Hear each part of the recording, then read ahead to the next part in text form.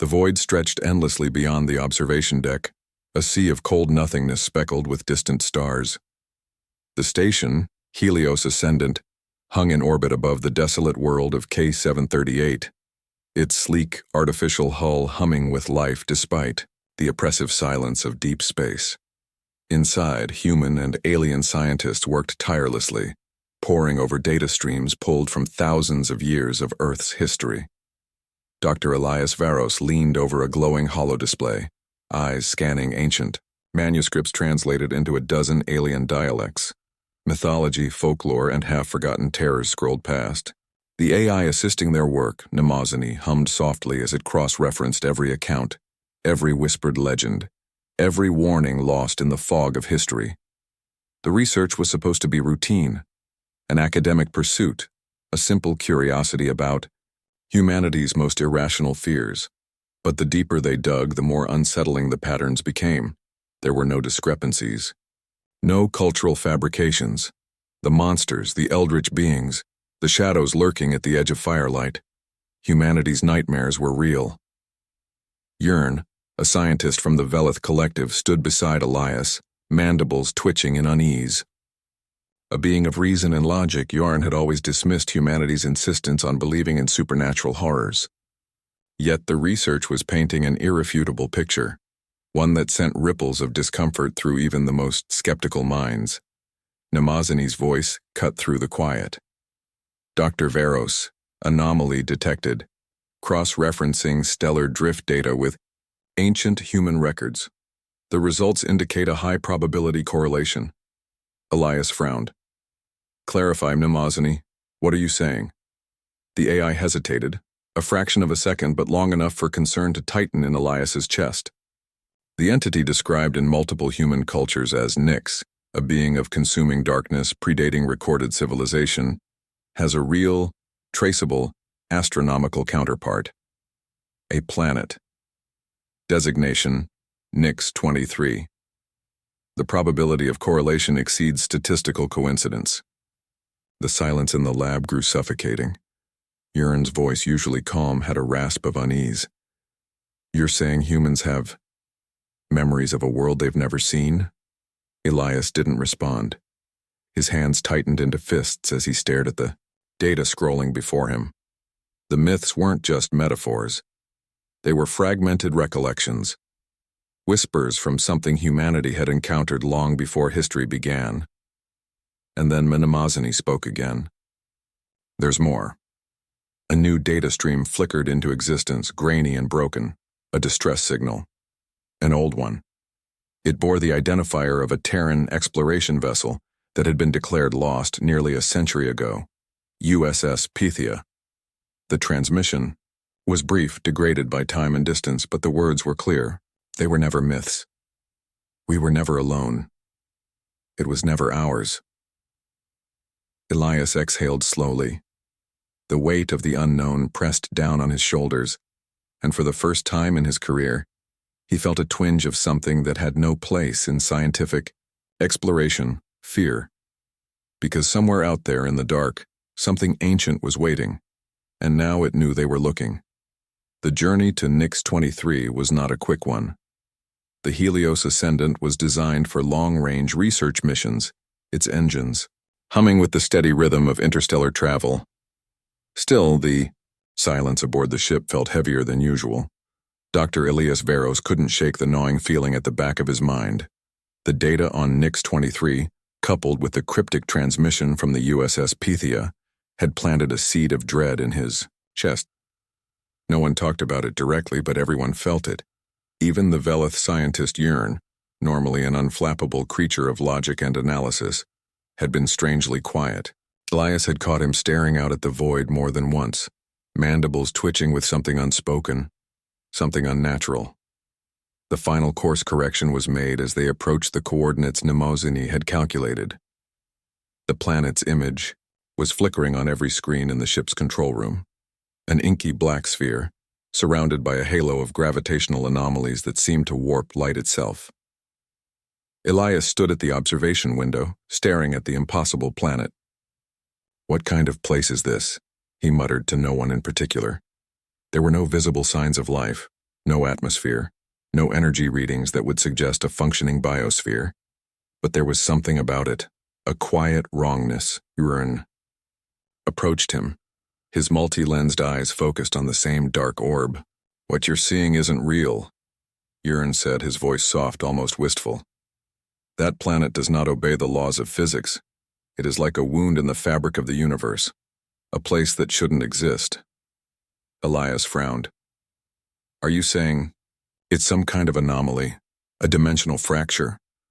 Urine shook his head slowly. It is not a fracture, Dr. Varros. It is something older, something beyond your understanding. It is alive, in a way that your species could never comprehend. The tension was palpable as the ship drew closer, the gravity of Nix-23 pulling them in. In the depths of space, there was no air to vibrate with the hum of the ship's engines. But somehow the feeling of being drawn toward something vast and ancient, seemed to reverberate in the bones of everyone aboard. Minamazani, Elias called, his voice tight. What are the environmental readings? The AI's voice responded, detached and clinical. No detectable atmosphere, zero temperature variation, no biological signatures within proximity. However, gravitational anomalies are present on the planet's surface.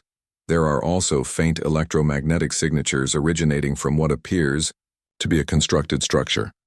Distress signal from U.S.S. Pythia now located at coordinates 01.38713.7. Elias glanced at the coordinates, just a few kilometers away from what seemed like a crater on the surface. We're landing, he said, more to himself than anyone else. Prepare for the descent. Full scan on all systems. Urine gave a sharp nod, but his eyes betrayed a flicker of something else, an emotion Elias couldn't place. His gaze lingered on the planet a moment longer before he turned away. The shuttle touched down on Nix-23's surface with a jarring thud. The world outside the craft was shrouded in a haunting stillness, the landscape dark and featureless under the light of distant stars. The airless planet seemed to stretch into infinity, its surface covered with jagged rocks and blackened ruins. Elias couldn't shake the sense that they were intruding upon something far older than humanity, something that had been waiting, patient and eternal, for them to arrive. His breath caught in his throat as the hatch opened with a hiss, and the sterile silence of the ship gave way to the oppressive quiet of the alien world. I'll go first, Lieutenant Miracho volunteered. A hardened military officer, she had always been the pragmatist, the one who kept the team grounded when the research veered too far into the realm of speculation. She stepped out of the shuttle, her boots making a muted thud on the rocky ground. Elias followed closely behind, his heart thumping in his chest. The others followed in a tight formation, scanning the area with their gear. The wreckage of the U.S.S. Pythia was easy to spot. Its crumpled hull, blackened and scarred, jutted from the barren landscape like the broken skeleton of a long-dead animal. The ship had been abandoned, its hull torn open as though something had reached inside and shredded it. They moved cautiously toward the wreck, the eerie feeling of being watched creeping into the backs of their minds. Elias tried to focus on the task at hand, trying to push the unsettling thoughts aside. Mnamazani, can you access the ship's logs? Elias asked, though he felt a gnawing unease in the pit of his stomach. I am attempting to interface with the Pythia's damaged systems, Mnamazani's voice responded. Warning, large sections of data corrupted beyond retrieval. I am recovering fragments of the final transmission. The static-filled transmission came through, the words warped but still recognizable. They were never myths. We were never alone. A low growl seemed to punctuate the last word before the transmission broke into distortion. Yarin hissed, his mandibles vibrating. In agitation, "Do you hear that?" he whispered, though no one could mistake the fear in his voice. I hear it, Elias replied quietly, his throat tightening. He knelt beside the wreckage, examining the hull for signs of the source of the transmission. It's like a message, but not one from the ship itself. Suddenly, the ground beneath their feet seemed to shift. The air grew heavy, thick with an unnatural presence. The very space around them seemed to distort, the world warping in ways that defied all logic. Elias's breath caught in his chest as his vision blurred, and then, just as suddenly, the distortion vanished. But it left behind an aftertaste. Something watching, something waiting. Elias could feel it deep in his bones. Something was here. Something had been waiting. He stood slowly, his gaze shifting back to the horizon, where the dark outline of the planet seemed to ripple as if reality itself was bending. "Get back to the shuttle," he ordered, his voice rough. "Now." Lothair chose.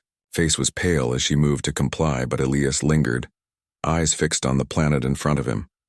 What had they awakened? And more importantly, who else was watching? The thought sent a shiver down his spine. The tension inside the shuttle was suffocating as the crew returned to the safety of the ship, but Elias couldn't shake the feeling that they had just stumbled onto something much darker than anyone had anticipated. The world outside Nix-23's atmosphere was still, its blackened surface an ominous reminder of the forces they were dealing with. The distorted transmission from the U.S.S. Pythia had been unsettling, but it was the atmosphere, the presence, that weighed most heavily on Elias's mind. As the shuttle's engines roared to life, the crew settled into their seats, but no one spoke. The journey back to the Helios Ascendant was a silent one, with each member lost in their own thoughts, eyes distant, reflecting on what they had just witnessed. It was Laterne Mira Cho who broke the silence first, her voice flat and unemotional. "What the hell was that back there?" Elias glanced at her, his expression grim. "I wish I knew." Yearn, sitting next to Elias, shifted uncomfortably, his many eyes darting around the cabin. The Velith scientist had been unusually quiet since they left the surface of Nix-23, and Elias knew something was off. Yearn was one of the most rational minds in the galaxy, but even he seemed rattled. "I've seen many strange things in my time, Dr. Varros," Yearn said slowly, his voice barely a whisper. "But this is beyond what I thought possible." His mandibles clicked nervously. The disturbances in space-time near that planet are not merely physical anomalies. They are cognitive. Something is manipulating perception itself. I can't explain it. But it isn't natural. The words hung in the air like a warning, and Elias felt his stomach twist. The data from the surface was conflicting, full of errors that the AI couldn't fully process. Something had happened to the Pythia, and that something had reached out to them, and now it was in their minds. Once back aboard Helios Ascendant, Elias convened the team in the briefing room, his eyes scanning the holographic readouts. They had just finished their second round of scans of Nix-23 and its surrounding space, but the readings only deepened the mystery. The electromagnetic signatures from the planet's surface had intensified after their departure, almost as if the planet was aware they had left. The crew sat in tense silence, all eyes on Elias. He rubbed his temples. There was so much he didn't understand, but he knew one thing for certain. They couldn't stay here, they had to leave. "I'm proposing a complete data purge," Elias said, his voice steady despite the turmoil inside. "We wipe all our records, erase everything we've discovered about Nix-23, and we leave. There's nothing here that we can—" A sudden flare of static interrupted his words. The ship's systems blinked erratically and the lights flickered. "Mnemosyne," Elias called sharply. "What the hell is going on?" "Warning," the AI's calm voice cut through the chaos. "Unidentified signal detected, source Nix-23, coordinates 0145619.3. Signal is directed at the ship's neural interface." Elias froze. "Directed at the ship's neural interface? What are you saying, Mnemosyne?" "I am receiving an encrypted transmission, directly interfacing with the ship's cognitive systems. It is not of human origin. It is altering my algorithms. I cannot contain it. It is spreading." The air in the room turned cold, and Elias could feel his heartbeat pick up. This wasn't just a distress signal. The planet itself, Nix-23, was reaching out, pulling at the very fabric of the ship's systems. It was like a living, sentient thing, feeding on their minds, their awareness. "I'm shutting down the AI's neural link," Elias ordered, We need to sever all connections to the planet now. But as he reached for the console, the lights dimmed completely, and the air seemed to grow thick with something unspoken. A deep hum resonated through the ship's hull, as if the very structure of Helios Ascendant were vibrating in response to the signal, and then, without warning, a voice echoed through the ship, a voice they had heard only once before, buried in the corrupted Pythia transmission. You are not meant to know. It was not a human voice, not even a language they could recognize. It wasn't sound in the conventional sense, it was a presence. Yurn's eyes widened and he stumbled backward, shaking. It's here, he whispered. It's inside the ship, the mind. It's inside me. Elias grabbed Yurn's arm, but the Velith scientist recoiled. I feel it, Dr. Varros. It is everywhere. It knows everything about us. It is watching. It is waiting. The ship shook violently as though something massive had collided with it. The crew staggered, bracing themselves as the walls trembled. A series of blinking red lights lit up the bridge, signaling a breach in the external hull. Get to the auxiliary bridge, Elias shouted. We need to isolate ourselves from the main control systems. Now. The team scrambled to make their way to the auxiliary command center. But as they moved, they felt it, the presence growing stronger, suffusing the very air around them. Elias's mind felt clouded. His thoughts fragmented as if something were slowly threading itself into his consciousness. By the time they reached the auxiliary bridge, the ship was no longer just an inanimate object. It was alive.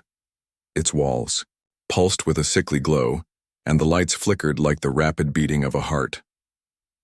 Cho, always the pragmatic one, moved to the console and started typing furiously, trying to restore control. But as she input the commands, the system began to display something that wasn't there before. Ancient symbols, etched in a script long forgotten by humanity. The glyphs seemed to shimmer on the screen as if they were alive. This is impossible, Cho muttered, her face pale. These are human myths, but they're real. Yurn hissed, his mandibles vibrating with agitation. No, they are not myths, he corrected, his voice trembling. They are memories. The gods your species once feared were not gods at all. They were thought forms created by an ancient species, beings of consciousness, born from belief and fear, and they never left. Elias felt a chill in his spine as the pieces started to fall into place. This wasn't just an ancient alien artifact or an anomaly. They had stumbled into something far worse. Humanity had forgotten, but these beings, these gods, had never forgotten humanity. They had been waiting, and now they had found them again. The room began to pulse with energy. Shadows flickered in the corners of their vision, shifting and twisting like smoke. And then, with terrifying clarity, Elias realized that the planet wasn't just a place, it was a trap, and they were the prey. The walls began to tremble. The presence, it was closing in. Prepare for evacuation, Elias said, his voice strained. Now, get to the escape pods. We need to leave this system. Now. But as he turned to make his way toward the exit, a cold, sharp voice echoed once again, reverberating in his mind. It is too late. The ship plunged into darkness as the last vestiges of power drained from Helios Ascendant's core. Elias's heart pounded in his chest, his breath shallow as he stumbled forward. The sensation of something watching him, closing in on him, growing impossibly stronger. The voice was no longer just a whisper in his mind. It was a force. It was everywhere. The shadows, the air, the walls of the ship, they seemed to bend, to warp in response to it. The ancient symbols that had flickered across the bridge consoles were now etched into every surface, glowing faintly with sickly green light. The very ship felt alive, thrumming with an energy that defied all understanding. Get to the escape pods, Elias shouted again, his voice rough with urgency. He wasn't sure if anyone heard him. The oppressive weight of the presence in the ship drowned out all sound. Cho, Yurn, and the others were moving in a daze, their faces pale, eyes wide with terror as they stumbled toward the emergency exits. But Elias didn't follow. Instead, he stood frozen, his eyes wide as he gazed at the shimmering, pulsating symbols on the walls. There was something about them, something that called to him. The voice, the presence was everywhere now, suffusing the air, tugging at the edges of his mind. It wanted him to understand. It wanted him to know. Mnemosyne, Elias gasped, his voice cracking. Can you hear me? The AI's usual calm voice responded, but it was distorted now, fragmented. I am unable to contain it. The data is expanding beyond parameters. It is not just a signal. It is consciousness. Elias's heart raced. The presence wasn't just a signal. It wasn't just alien technology. It was a mind, an ancient alien consciousness that had somehow reached into the very fabric of their reality, into their perception. And it was reaching for him. Mnemosyne. What happened? To the Pythia, he asked, his voice low and desperate. The crew of the Pythias encountered it. It is a species. A collective consciousness, a being that spans not just the physical but the mental and the spiritual. It feeds on fear, on knowledge. It warps time, distorts reality. They didn't just disappear, Elias. They were absorbed. Elias's throat tightened as he stumbled backward, barely able to comprehend the horror of it. Absorbed? He whispered. You mean they're still here? Suddenly, the ship groaned as though in pain, the walls creaking and bending inward, warping with an unnatural force. A flash of light erupted from the center of the ship, a pulsating core that tore open the deck beneath them. In an instant, a massive rift appeared, a tear in the very fabric of space. From it, tendrils of dark energy spilled out, lashing at the walls, the floor, the ceiling, wrapping around everything like a living, sentient force. Yearn screamed, his voice echoing with panic, but it was drowned out by the intense, oppressive hum that filled the ship. The lights flickered, sputtered, and finally died altogether, plunging them into an impenetrable blackness. Elias didn't move. He stood there, staring at the rift. He could feel its pull, the gravitational force, the psychic force. It was calling to him, like a predator sensing its prey. And for the first time in his life, Elias realized something horrifying.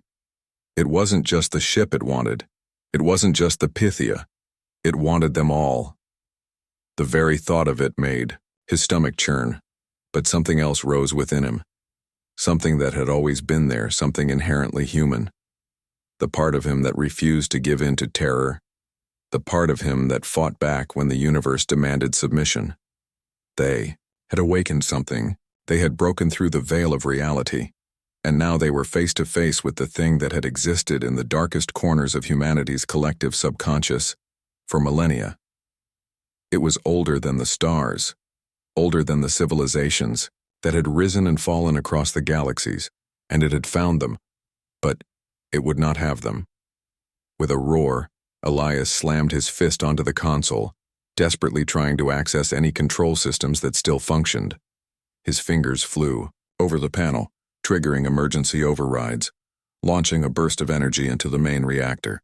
The ship jolted again, violently this time.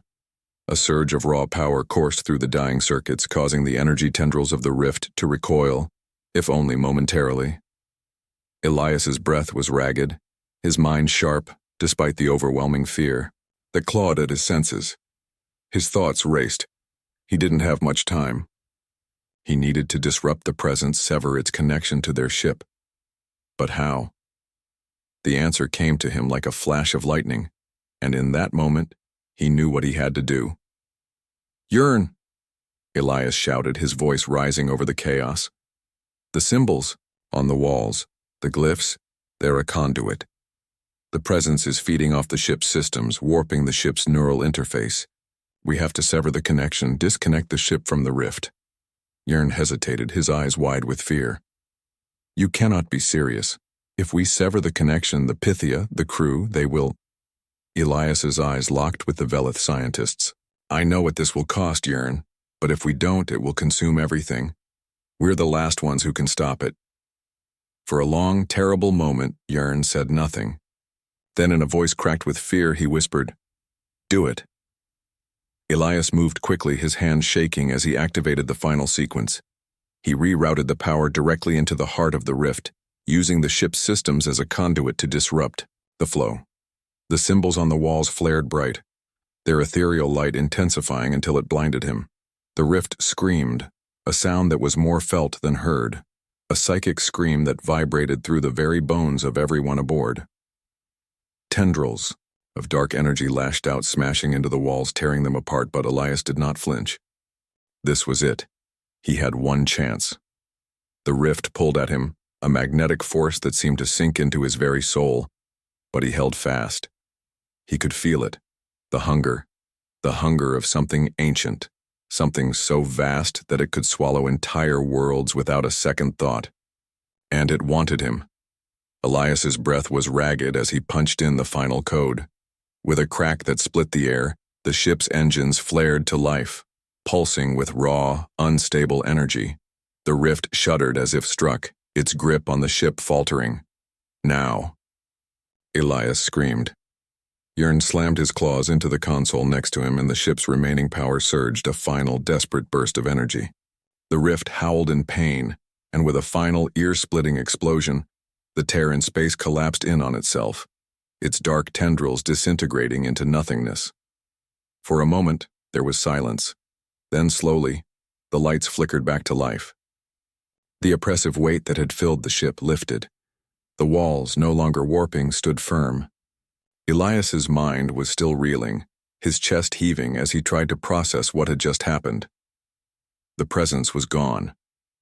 But in the distance, far beyond the planet's surface, Elias felt a final, lingering sensation, a whisper in the back of his mind, a reminder that they had only just scratched the surface of a much larger, far more terrifying truth.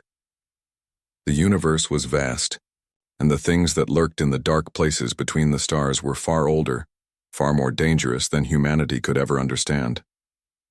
Elias turned to his crew, his voice rough but resolute. "Get to the escape pods.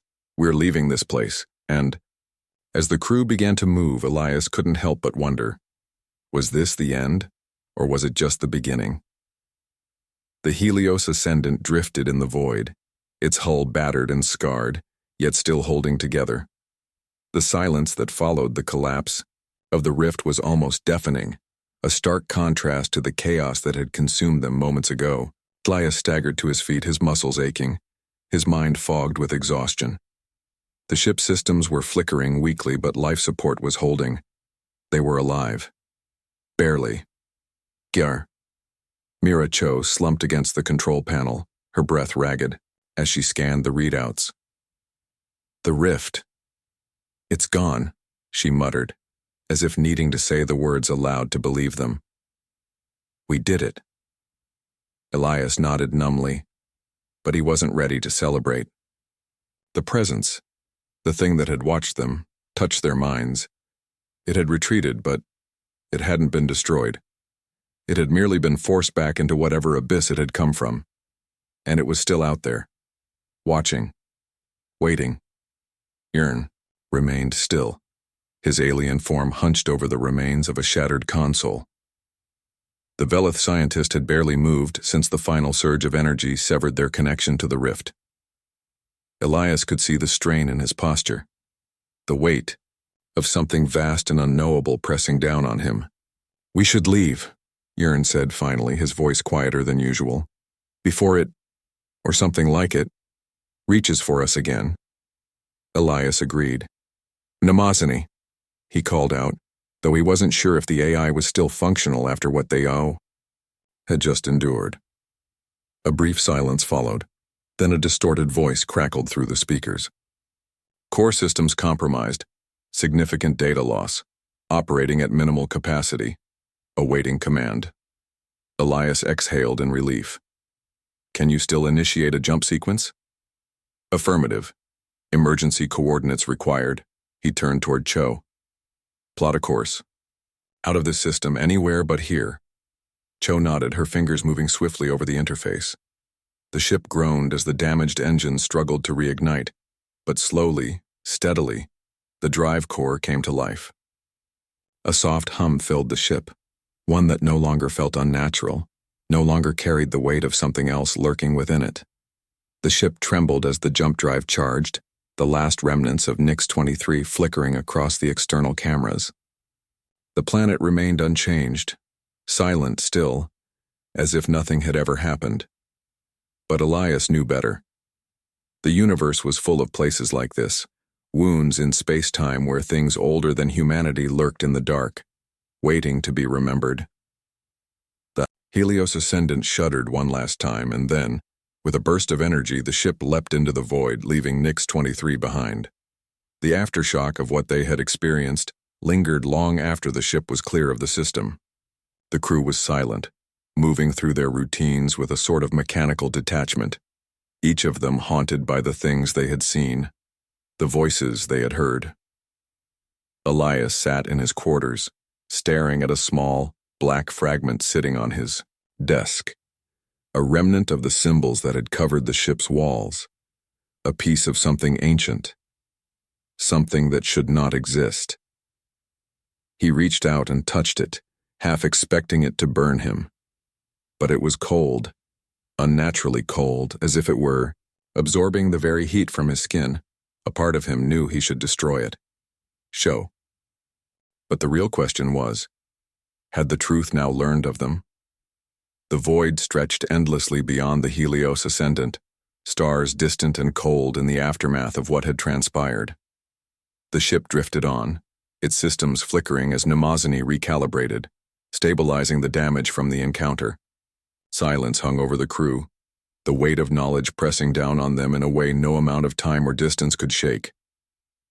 Elias sat alone in the ship's observation deck, the remnants of Nix-23's horror still clawing at the edges of his mind. The black fragment lay on the table before him, its surface dull and unassuming, yet pulsing with something that defied reason. He could feel it, not in a way that could be measured, but in the part of his mind that had changed forever. He could still hear it, a whisper, a presence. He exhaled sharply, rubbing his temples, trying to silence the remnants of the thing that had almost consumed them. Across the ship, the others were faring no better. Latancho had taken to staring at screens filled with static, her fingers twitching, as if she were expecting them to move on their own. Yurin remained silent, avoiding the humans as if their knowledge had tainted him, as if knowing had marked them all. The ship's AI, Mnemosyne, flickered to life again. "Dr. Varros," it said, its voice slightly distorted. "I have completed a full diagnostic scan. The ship is stable, however." Elias tensed. "However, there is an anomaly in the data logs. Despite the memory purge, traces of the signal from Nix-23 remain. I have attempted multiple erasures. The data persists." A slow chill crept up Elias's spine. He stared at the fragment again, his hands clenching involuntarily. The signal wasn't just a transmission. It was a presence, a living thing.